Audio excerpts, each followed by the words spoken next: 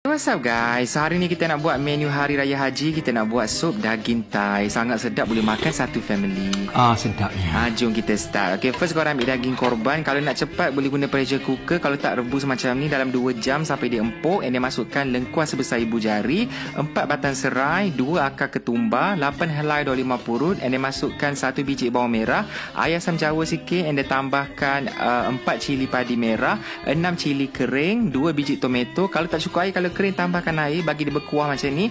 And untuk seasoning kita letakkan garam, gula, sebut perasa macam biasa. And dia masukkan 3 sudu sos ikan, kemudian masukkan 1 sudu chili flakes, and korang tambah 1 sudu beras yang dah disangai. Macam ni cara nak buat dia. Letakkan beras atas kuali, hidupkan api, kacau-kacau sampai dia golden brown macam ni. And korang tumbuk, and siaplah kita punya beras yang dah disangai. Lepas tu korang kacau-kacau, korang padamkan api, and then perahkan 3 biji limau nipis, masukkan hirisan daun ketumbar, and siaplah kita punya sup daging Thai. Dia ibarat korang kahwinkan singgan daging dengan tom yum kan.